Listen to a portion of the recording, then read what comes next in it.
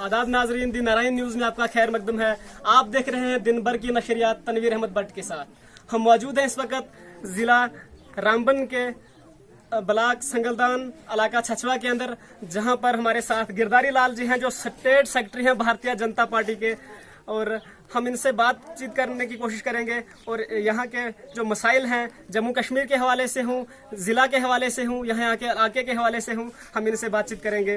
गिरधारी लाल जी, स्वागत है आपका हमारे चैनल में। बहुत बहुत धन्यवाद आपके चैनल का, और मैं बहुत आपके चैनल का शुक्रगुजार हूँ कि इस पहाड़ी इलाके में, जिस क्षेत्र में मैं आज मौजूद हूँ, कम से कम 5 दिन की विजिट थी मेरी इस इलाके में। और यहाँ की आवाम की तरफ से अगर मैं बात करूँगा कि जो माननीय प्रधानमंत्री जी की स्कीमें हैं नरेंद्र भाई मोदी जी की, वो यहाँ ग्राउंड पे इम्प्लीमेंट नहीं हुई आज तक। और मैं यहाँ डोर टू डोर जा रहा हूँ, लोगों के साथ मुलाकात भी की, और यहाँ के गरीब आवाम जो है उनके साथ मैंने मुलाकात की। काफी सारे लोगों के मसाइल है यहाँ के। यहाँ मैं एक सबसे बड़ी बात करूंगा कि अपने जम्मू कश्मीर राज्य के अंदर मैंने कभी ऐसा नहीं देखा, कुछ क्षेत्र ऐसे हैं पहाड़ी जिले जिनमें कि यहाँ कोई सियासी लीडर वोट के टाइम ही पहुंचता, और जब जनता की समस्या होती है आगे पीछे तो यहाँ कोई आता नहीं है। और मैं ऐसी कम्युनिटी से बिलोंग करता हूँ जो कि शेड्यूल कास्ट मोर्चे का स्टेट सेक्रेटरी भी हूँ। उसके लिहाज से मैंने यहाँ देखा, और लोगों ने मुझे मसाइल, सभी लोगों ने मुझे मसाइल जो उनकी समस्या थी तो वो सामने लाई, मेरे पास लाई, और मैंने उन पे तुरंत तत्काल आदेश भी किए कई डिपार्टमेंटों को कि जो यहाँ के लोगों के मसाइल है जिस डिपार्टमेंट के पास भी। और सबसे बड़ी बात यहाँ की मैंने ये देखी कि यहाँ जो रेलवे प्रोजेक्ट बहुत काफी बड़ा बन रहा है हमारे भारत का, नार्दर्न रेलवे इस पे काम कर रहा था पहले, अभी बहुत सारी उसके अंदर क्लाइंट है जो कंपनियां काम कर रही है। यहाँ की जनता की ये परेशानी है कि यहाँ मैंने देखा कई यहाँ पर इस जमीन की को बहुत सारी दरारें पड़ी हुई है, और यहाँ के जो आबी चश्मे थे इनके पास पानी जो था तो वो अंडरग्राउंड हो चुका है, जो टनल बने थे, मकान धस चुके हैं, जमीनें धस चुकी है, और यहाँ के लोगों की बहुत बड़ी परेशानी है उसमें। सर, मैं जानना चाहूंगा, आप लोगों की बात कर रहे हैं, लोगों के मसाइल की बात कर रहे हैं, कुछ सवाल है हमारे पास। स्टेट को यूनियन टेरिटरी में बदल दिया, 4G को 2G में बदल दिया, और स्टेट सब्जेक्ट को डोमिसाइल में बदल दिया। अब क्या मैनिफेस्टो बचा है लोगों को दिखाने के लिए भारतीय जनता पार्टी के पास? देखिए, एक भारतीय जनता पार्टी का लक्ष्य था जम्मू कश्मीर क्षेत्र के अंदर की, हमारा एक नारा था कि जम्मू कश्मीर से धारा 370 जो था और 35 जो था तो वो उठाया जाएगा, क्योंकि धारा 370 जो था वो जब तक यहाँ लागू था हमारे जम्मू कश्मीर क्षेत्र के अंदर, तो हमारे जो बाहर की स्टेटों में लोगों को बेनिफिट्स मिलते थे वो यहाँ जम्मू कश्मीर के लोगों को बेनिफिट्स नहीं दिया जाते थे। सर, काफी अभी 1 साल खत्म हो चुका है, धारा 370 को खत्म किए गए, और यहाँ पर भारतीय जनता पार्टी का ये मंशूर था, मैनिफेस्टो था कि उसके बाद जम्मू कश्मीर में सब वो सहूलियत फराहम की जाएंगी जो बाकी स्टेट्स में थी, जो यहाँ पर फराहम नहीं हो रही थी। लेकिन 1 साल से अभी तक जम्मू कश्मीर का हाल मुझे सेम लग रहा है और कोई बदलाव नहीं दिख रहा है, तो क्या कहेंगे आप? देखिए, यहाँ पर तो मैं बात करना चाहूंगा कि जो जम्मू कश्मीर रियासत के अंदर जो हमारी राजनीतिक दल बैठे हुए थे उनको खत्म करने के लिए यहाँ की जनता ने आज भारतीय जनता पार्टी का साथ दिया हुआ, और हमें तो फिलहाल धारा 370 हटाने के बाद यहाँ पर एक बहुत बड़े बड़े गुपकार अलायंस हो रहे हैं जिसमें आतंकवादी संगठन जुड़े हुए।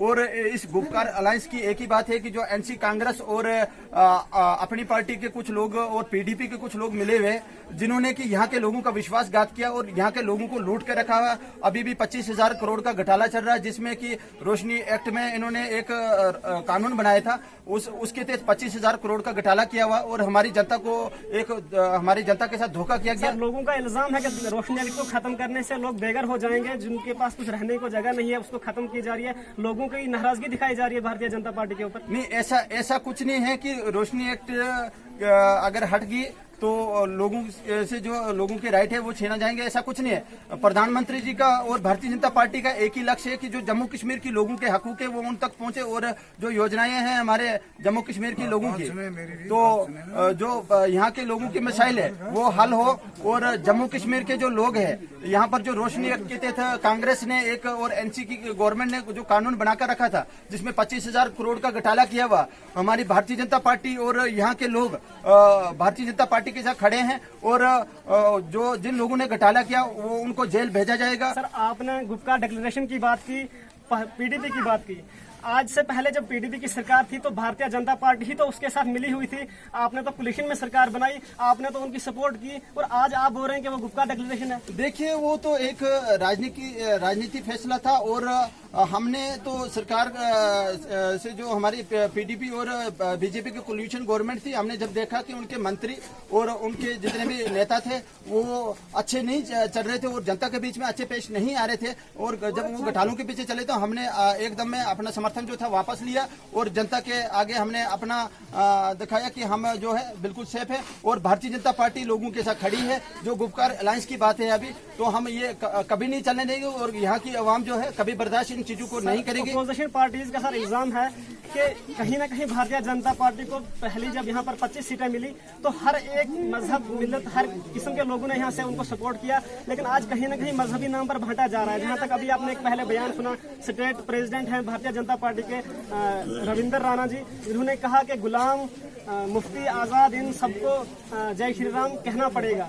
तो मजहबी बात सियासत में कहाँ से आ रही है? नहीं, सियासत में देखो, ये मजहबी जो बात है तो ये तो हर व्यक्ति के लिए है, बल्कि सियासत की मैं अगर रविंद्र राणा जी की अगर मैं बात करूंगा, वो हमारे अध्यक्ष हैं और यहाँ की आवाम के अध्यक्ष हैं। मुझे लगता है कि जो उन्होंने अपने लिहाज से कहा होगा तो ऐसा कुछ नहीं है कि सियासत में मजहब को लाया जाए, बल्कि ये है हमारा कि अपने अपने धर्म को तो कामयाब रखेंगे। तो सर आप क्या कहेंगे, रविंद्र राणा ने ये बात गलत कही? नहीं, उन्होंने जो कहा वो एक बहुत अच्छे और बहुत ऊंचे पद पे बैठे हुए, मैं उनके लिए कुछ नहीं कहूंगा। और हाँ, रही बात कि वो एक अच्छा निर्णय भी लेते हैं, अच्छी सोच, एक अच्छी विचारधारा को आगे लेकर चलते हैं। बाकी रही अगर जनता की बात और यहाँ के आवाम की बात, तो इनके मसाइल जो है और जो प्रधानमंत्री जी की योजनाएं हैं वो यहाँ पर इम्प्लीमेंट करेंगे, और इसी बात को सुनने के लिए मैं यहाँ की आवाम के बीच में आया हूँ। सर, किस तरह का साथ मिल रहा है पब्लिक का? धारा 370 के हटाने के बाद अब इलेक्शन की बात आई है, तो किस तरह का आपको यहाँ से सहयोग मिल रहा है? देखिए, मैं सहयोग की अगर बात करूंगा, जब से मैं यहाँ आया हूँ मैंने तो एक दिन की विजिट रखी थी, बल्कि आज मुझे 5 दिन हो गए और यहाँ की आवाम मुझे 1 मिनट फुर्सत नहीं दे रही है। और मुझे तो लगता है कि ये जो जनता का जो एक दिल में जुनून है कि जनता तो मुझे यहाँ से जाने में नहीं दे रही है, क्योंकि अब भाजपा का कोई कार्यकर्ता यहाँ पहुंचा है और मैं एक भाजपा का सिपाही होने के नाते मैं यहाँ पर आया हूँ और लोगों के मिसाइल हल करने के लिए। मैंने सभी डिपार्टमेंटों से बात भी की और रेलवे वालों से भी बात की है कि जो यहाँ की लोगों की समस्या है उसका समाधान हम जानना चाहेंगे। हम यहाँ से कुलदीप राज दुबे ने जब पिछली बार बीजेपी से कंटेस्ट किया, बाहरी अक्सरियत से उनको वोट मिला।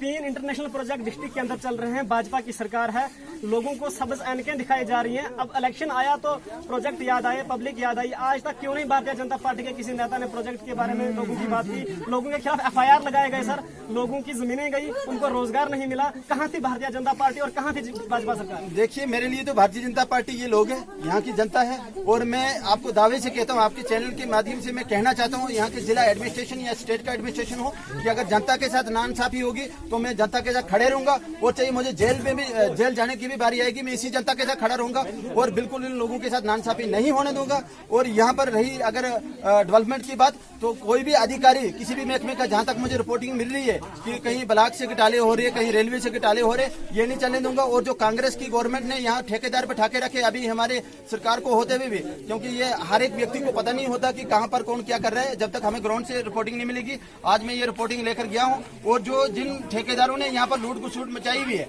यहाँ के लोगों के राइट छीने हैं, तो कुछ टाइम के अंदर आप खुद ही देखेंगे और यहाँ की जनता भी देखेगी, उनको जेलों की सलाखों के पीछे भेजेंगे। और यहाँ के अवाम जो है, यहाँ की जनता जो है, यहाँ के बेरोजगार जो है, तो उनको कंपनियों के अंदर हम एडजस्ट करवाएंगे। शुक्रिया। तो नाजरीन, हमारे साथ बात कर रहे थे भारतीय जनता पार्टी के स्टेट सेक्रेटरी हैं गिरधारी लाल जी। यहाँ पर पब्लिक के बीच में जहाँ तक हमने आज तक देखा, हमने यही देखा कि भारतीय जनता पार्टी के बीच में यहाँ पर लोगों की काफी नाराजगी थी, लेकिन ये यहाँ पर ये कह रहे हैं कि वो आज के बाद गरीबों की आवाज सुनेंगे और उनका साथ देंगे। और उनका ये भी कहना है कि पब्लिक उनको काफी समर्थन दे रही है। देखने वाली बात है इलेक्शन के बाद भारतीय जनता पार्टी को कितना साथ मिलता है जम्मू कश्मीर से। मजीद अपडेट्स के लिए देखते रहिए दी नारायण न्यूज। अपने मेजबान को दीजिए।